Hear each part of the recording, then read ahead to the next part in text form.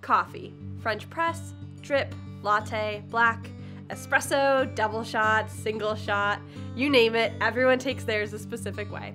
I'm in California for a wedding, so I thought I'd stop by Jackie and Bobby's house for a chat and a little coffee. They both take theirs with cream and sugar. This is Caffeinated Conversations. Thank you guys so much for sitting down with me. Yeah. I'm so glad that we're doing this. I know you guys were talking on your blog about Abigail being a missionary of joy. Can you just kind of go into that a little bit more? Well, babies are just joyful. But it was just so funny. When I was in New York with her, I was on the subway and she was starting to wave and she was just like waving at everybody. And so people, like on the subway, nobody looks at each other. You're just kind of minding your own business. But she's like waving, like, look at me. And so people would just be smiling and like waving back. And this baby is what kind of breaks the barriers, and people can't resist that. If they do, they're just horrible, awful people. Yeah, I mean, we're just such zombies and like in airports and subways, and just like you're not like some code was written that we're not allowed to look at each other even or smile. Yeah. And I think Pope Francis has been very mindful of smile. Like, don't look like you're coming from a funeral as a Christian. I know you've talked about kind of the sin of busyness and that go. Yeah. Tell me more about that. I mean, we're all glued to our phones nowadays. Just the information's coming so quick, and I feel like I'm missing out if I'm not constantly plugged in. It affects our prayer life absolutely as well. If I sit there and I can't like be quiet for even 5 minutes. I found that too. Like I'll sit in adoration and something's like there's like anxiety there, which is ridiculous. I need to be reading a book, or I need to right, be doing something. this. It's hard to sit still. Yeah. So even like spiritual reading is kind of a way to not be just sitting there. As I get to do something, and I get to read about Jesus, even though Jesus is like, hey, I'm right here. Like, put the book down. And Mother Teresa, she said something. She said, sometimes when we think, there you were. Springer. Sometimes we think of prayer like you have to be on your knees at all time praying. She said, but your whole life should be a prayer. St. Paul said that in 1 Thessalonians chapter 5.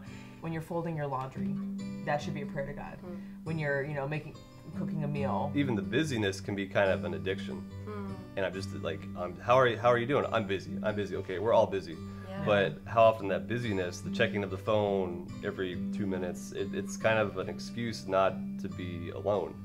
And a seminarian friend told me once, and it transformed my understanding of loneliness. He said, loneliness is just God asking you to spend time with Him. Because even sometimes we can think our spiritual life, like we can make busy, like, the more stuff I do, like I pray this many rosaries, this many novenas, this. We make it a mathematical equation. Yes, like, if I do this, and it's not about it's about taking on that Marian posture of just being receptive to Jesus, and before we go out and take the Petrine posture, the apostolic of going out and serving, we have to first receive, and so it's tough for all of us, especially those of us who've been raised with just doing and phones and technology. Are you guys reading any good books right now? Like what are 3 books you would say like must read? Anything by Fulton Sheen? Yes.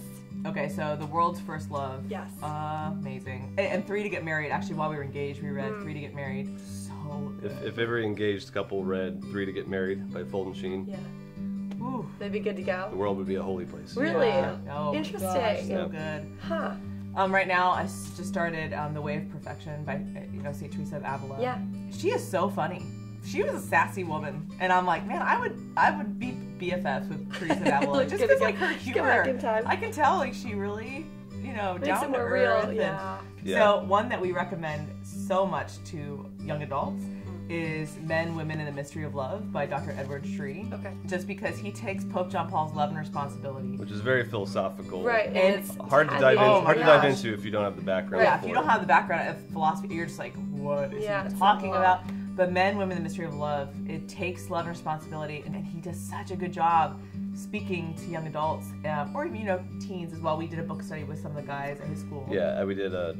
It's really because at the end of each chapter there's study questions, so it's geared for discussion. And at the school I work, we use that book actually, and it's so accessible of like real life, like how do you relationships. Yeah, how do I approach relationships? How do I approach the opposite sex with pure intentions, and how do I discern within myself what's going on? Yeah, so there are a few books that we recommend for young adults or teenagers, or and then if people really want to go deeper, we'll be like, read Fulton Sheen, read JP, you know, like read these Here's books. Your George Weigel, here's your the Saints, obviously. When you're dating and engaged, like you get to learn how to communicate, and you have your expectations for what you want in a relationship, right? Well, Bobby, we each have our own like limit of what makes us cranky. Like for me, if I am hungry or tired, I'm cranky. Like for the most part, I get kind of cranky. So he knows to keep me well fed and well rested, and he'll be happy. I'll be a happy woman. Happy wife, happy life. Smart. Yeah. But for him, I had to learn that like when he would hit his point of tiredness, he's like a troll, and so. Yeah, cave troll. Yeah, so like I'm like I don't want people to meet him like when he's like, because I feel bad. I'm like because Bobby's such a good man, like he's very funny, but when he hits his when he hits his wall, it's just like done. Yeah, he's just done. And so it's just funny, like as you get to know each other in a relationship, like they're just quirks and things that you kind of learn. And now being married, it's like, oh okay, like I know, just leave him alone, like let him have some time, let him get a dress. And most of the time, if he is kind of short with me or like cranky, like he'll apologize, like should I just wait for it to come? And he always, it may take a day. Yeah, sorry. But for the most part, he's like, I'm really sorry, I was really cranky. And I'm like, okay, it's okay, like I saw it, I'll let you just kind of be and have your time, have your alone time. I've realized humor is an amazing diffuser of tension when it comes to like conflict. This one time, I upset her in some way, and because she was giving me kind of a quiet, like the silent. My thing is like give him the silent treatment, because then I won't. She's like not really looking at me, and I could tell she's like upset, but I had no idea what I did. Like there was at least 5 things it could have been, and so, and I go in and I said, I'm like, all right. What are you most upset about? And I just started laughing because I knew in my mind I was like, there are like 5 things. And I'm like, my brain as a man, I'm like, okay, I'm acknowledging she's mad. That's awesome. I'm acknowledging there's many things. That's awesome. I'm acknowledging I'm in the wrong. Get her to laugh. Yeah, so I did. I started laughing. That's awesome, don't we? Yeah. Well, and I know, Miss Jackie, that you enjoy talking in accents, and I really prefer British accents. Oh, okay. So before we close, I was wondering, Bobby, if you talk in an accent as well. Do you have one? I can do a decent JFK. Oh, that's lovely. Yes. Jackie, what's your accent? My go-to accent is actually being from New Zealand, and because my Australian friends are like, oh my gosh, you have a great New Zealand accent, because they like Australians say like whatever, but in New Zealand they say whatever. Whatever. It's great. It's great stuff. Her accents are quite romantic. It's so lovely. Do you talk in accents quite frequently together? No, not really. Just to our child. Yeah. just to confuse her. Yeah. That's right. Oh, so good. Well, thank you guys so much for sitting with you. This is so good.